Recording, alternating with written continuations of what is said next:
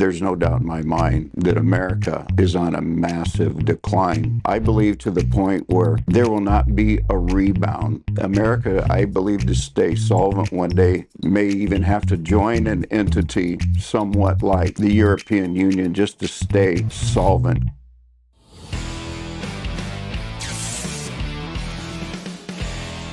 Hello again, everyone, and welcome to another edition of Silver Bullion Television, SBTV. I'm your host, Patrick Vieira.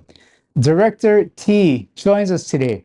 Well, some of you may recall the Sri Lanka interview we had with Director T, and Director T is here in Singapore. And so we thought we'd run him by the house and get an interview with him as far as updates on Sri Lanka. The last time we spoke, he told us about things that were going on the ground as far as the currency crisis, food and fuel crisis, the government corruption. And for these things, we still need to keep Director T fairly anonymous. So that being said, Director T, welcome to Singapore. How are you doing? Doing very well, thank you. Glad to have you on. Could we just start by having you tell us a little bit about yourself? Well, I grew up in a state that in the Midwest of America and had some farm experience doing that. And so my background was in agriculture, growing up, going to small rural schools until my last 2 years of high school. And then it was a larger city school. And of course, went to Bible college, and right after Bible college, married and have 4 children and quite a few grandchildren. Very happy to have them too. Should have had them first, as the saying goes. Last time we spoke, it was almost a year ago, and you were kind enough to tell us about what you saw going on in Sri Lanka from the ground. Can I ask you, firstly, how long have you been living in Sri Lanka? Been living in Sri Lanka over 30 years. 30 or so. You got a pretty good idea and insight as to how the country operates. Yes. What kinds of changes since last year when we spoke have you seen where I believe a new government regime has entered office? What kind of differences are you seeing from that old regime with the new one today? And what happened, or what did you see during that transitional period from that old government to the new one today? Well, internationally speaking, we saw the international community accept the new government, and that was a great benefit because the government was able to obtain loans from different countries to, climb out of the fuel crisis and the food crisis that was caused by the former government. And so that change has been immense when all of a sudden you can get fuel and go to the market and get the necessities. That was quite a change from the old government to this new government. So we're seeing a little bit more calmness. We're not having as many riots, still a lot of protests, but nonetheless, the new government has brought stability to the people's day-by-day lives. What are they protesting about? I mean, have things cleared up as far as has food become affordable? Has natural gas or cooking gas become affordable? Or are there still things that are out of reach for most people? Most of the protests are the trade unions protesting, and what they're protesting currently is the taxation on people making over 100,000 rupees. And so they're protesting just the blanket taxation that Sri Lanka has never had before. And the reason that they're protesting that is because the food prices, the cooking gas prices are still so high that for the majority of the people, it's still unaffordable. So to be taxed now, plus paying these new prices, it's still setting the people back. They have not caught up from the last crisis. And so they're not able to cope with trying to buy the necessary foods for their family, basic cooking gas and things of that nature. So a lot of people go out and protest, hoping that the government will change their mind, drop the taxation that they're now putting on salaries. The reason why I wanted to ask about the inflation and if things have become more affordable, I've seen reports where Reuters, they've come out and said that the inflation rate has eased to 50.6%. I don't know if that's exactly an easing, but already they're painting a picture where inflation is easing. So that's why I wanted to ask you if things like food prices have become affordable. Apparently, I guess it's still up there. But last time we spoke, you also mentioned how people literally had to look for twigs and leaves to start fires to cook. I guess with these inflation numbers still elevated, is that still the case?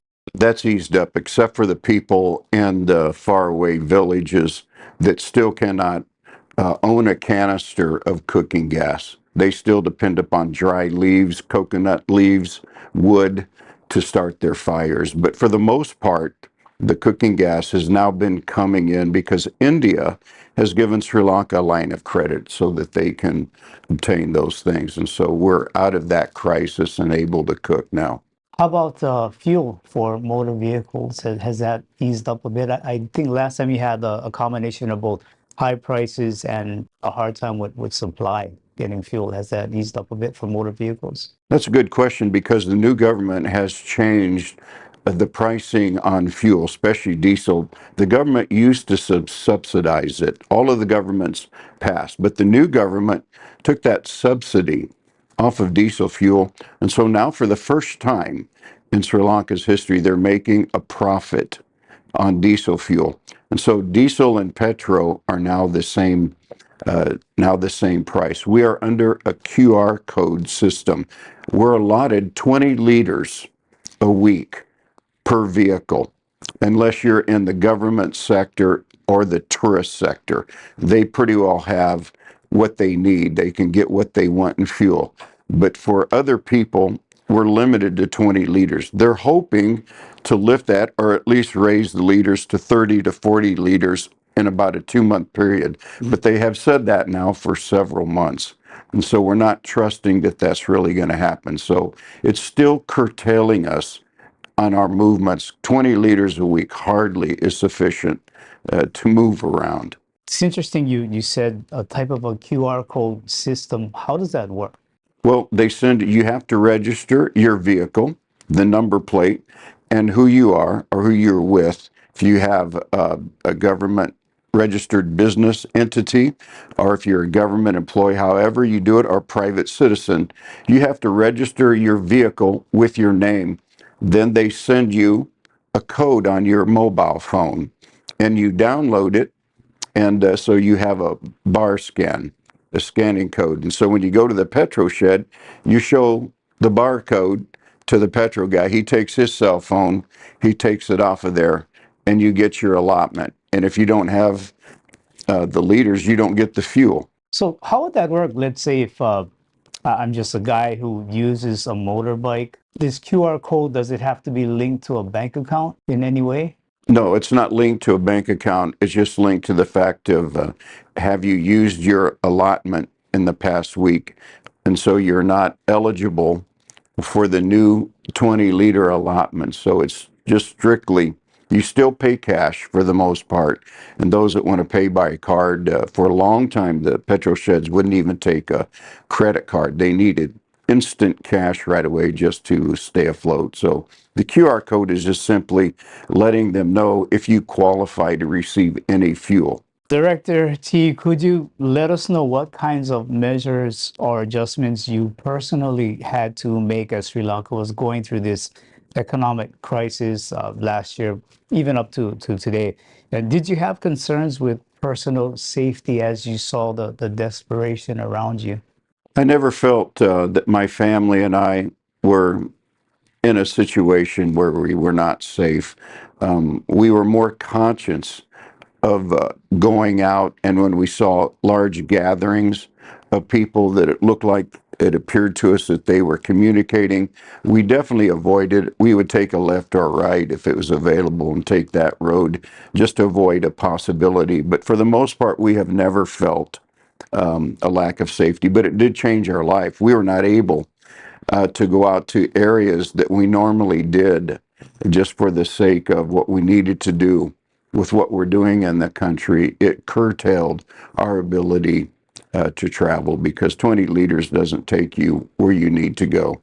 Much of these things being talked about, they do stem from decades of civil wars, government corruption that Sri Lanka has gone through.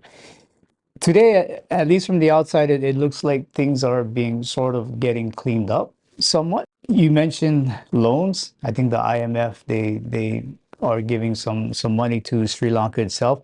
But being there for 30 years, you've obviously seen better days. Do you think it'll get back to that, or is Sri Lanka possibly on a different path now? I think it'll get back for the next 2 years. We'll see some stability. And the reason for that, the IMF wants to give the loans because at one time, was it 2018 or 2019, Sri Lanka was the number one tourist market in the world. And so they're trying to achieve that back, and the IMF is going to do their best to restore that. But due to corruption, uh, what you and I would call corruption, and most people would call corruption, when money like that comes in, there are government officials who will take 1 or 2% of what comes in and line their pockets. And so when we consider that, we see no change of that being resolved, the corruption as it was in times past. And so I think 2 years could be a stretch before we enter another major crisis like we've just come out of. If you're enjoying this interview with Director T and I, please subscribe to our YouTube channel and let the algos know you'd like to see more content like this.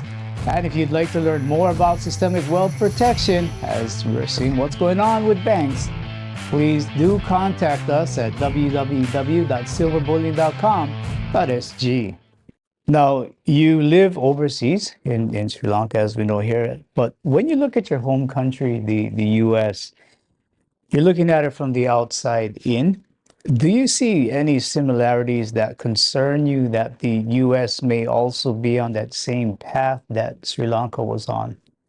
Oh, absolutely, especially with the environment. The former government, one of the reasons they were ousted is because they tried to go green, and they immediately canceled for the farmers fertilizer immediately. It was just an overnight decision. So we lost a whole year's crop in Sri Lanka uh, over the fear that if we didn't go green, we wouldn't have the backing of the UN or another country. And immediately we lost power. We went to 3 to 5 hour power cuts because the fuel generators weren't being supplied by diesel. And because the one coal plant that we do have, environmentalist groups would not allow the coal to be shipped in.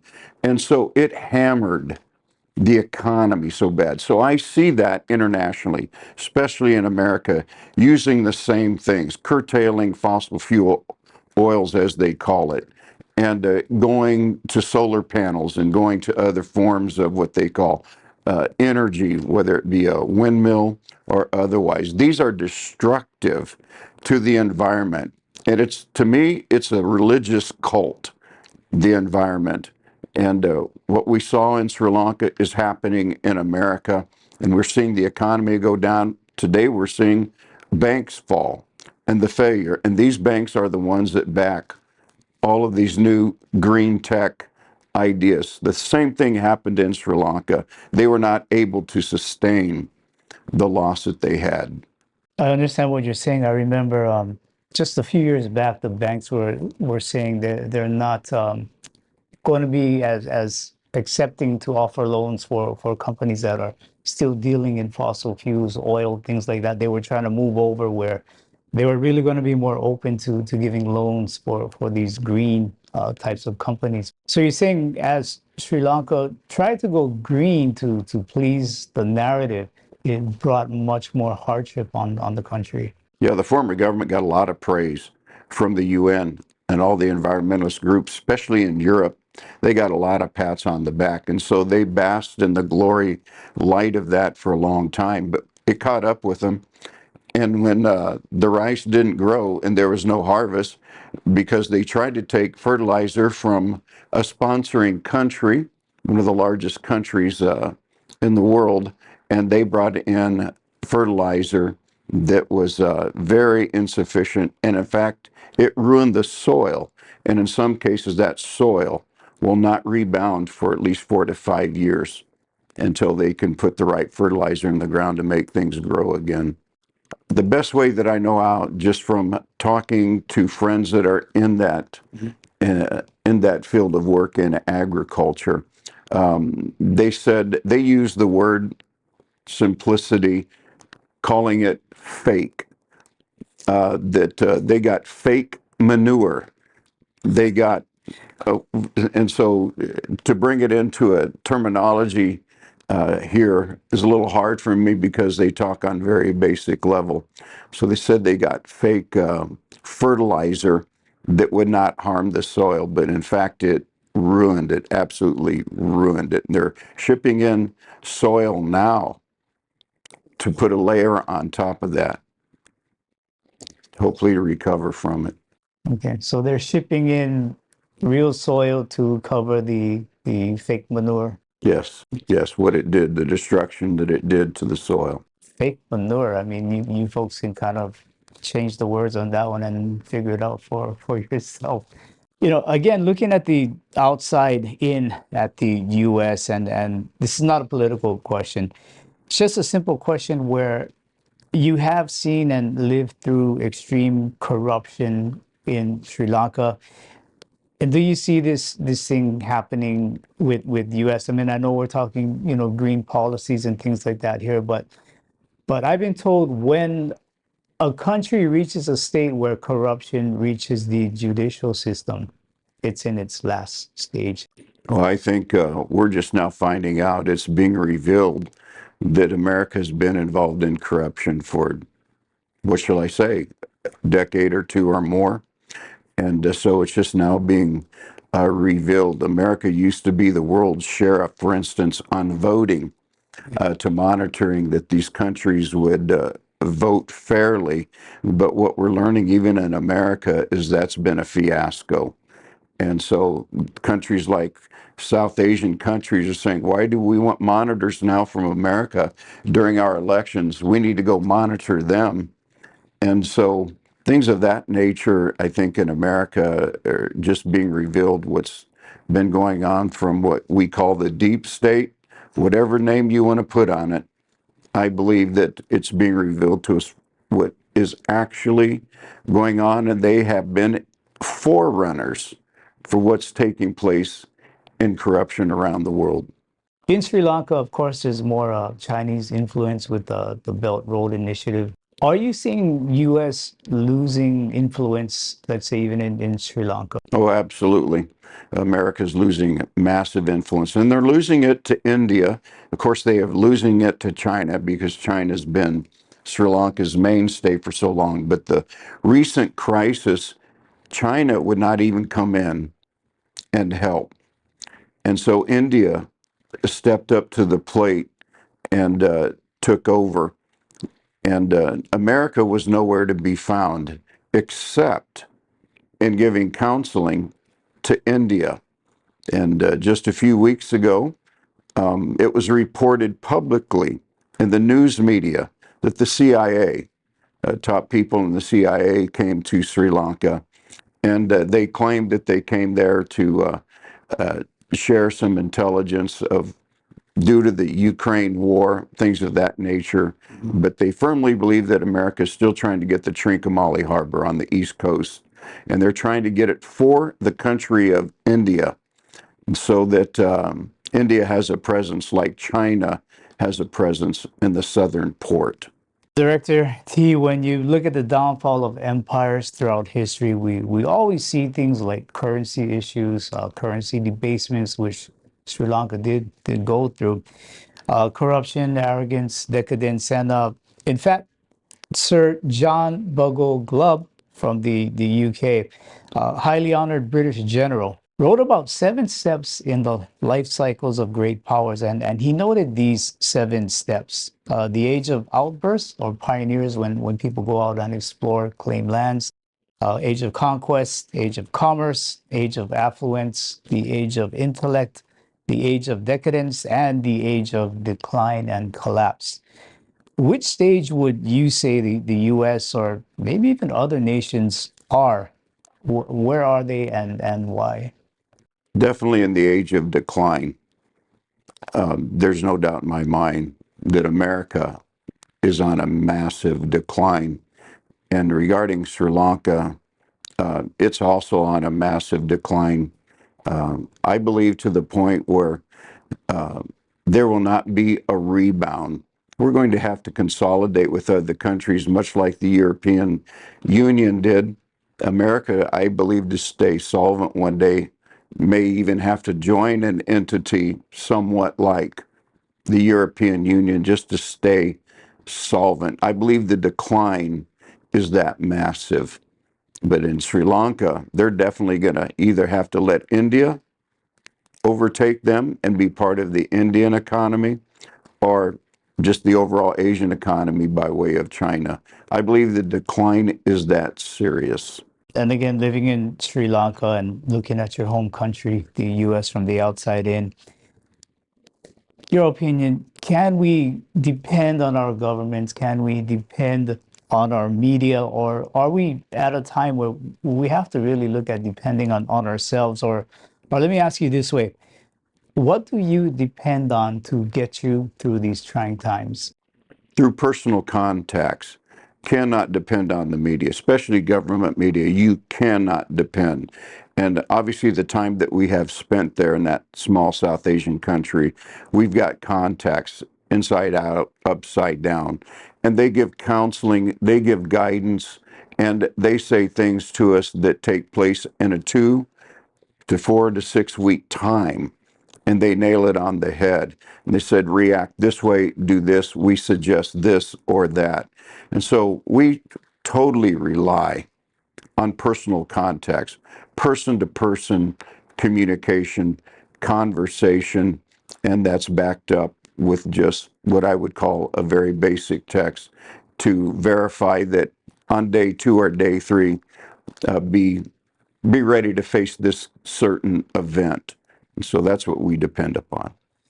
Director T, before we wrap up, what advice would you give us, seeing and going through what happened in Sri Lanka, but yet having a home country still? What advice would you give to the rest of us as you see these things that are unfolding that you've already gone through in Sri Lanka? There's only one thing that we can do. There's only one thing we should do, and that is to seek a spiritual revival. We can talk about politics, we can talk about the ins and outs of the economy, even the environment, but we're having a major spiritual problem, especially in America, and it needs to go person by person. We need to seek a personal revival in our relationship with God. We need to seek then church by church, inside church revival. Our cities, our towns, our communities, our states, and our whole nation will be affected if we have that spiritual revival. There's no recourse other than taking care of this spiritually. We can't even hold back the tide of evil that's coming down unless we have this revival. Same thing is true in Sri Lanka. Governments go as the spirituality of the people go. And we only have corruption because we find that corruption in the spirituality of the people. They have sold their soul away from God, and they have given their life and surrendered it to something else. And if we don't have that time of surrender, complete surrender individually to God, and our churches don't have a deep-seated prayer life that will produce a revival, we will not see any walls build up to hold back the tide of corruption and decline that is taking place at this time. Appreciate the honesty and truth that you have in them.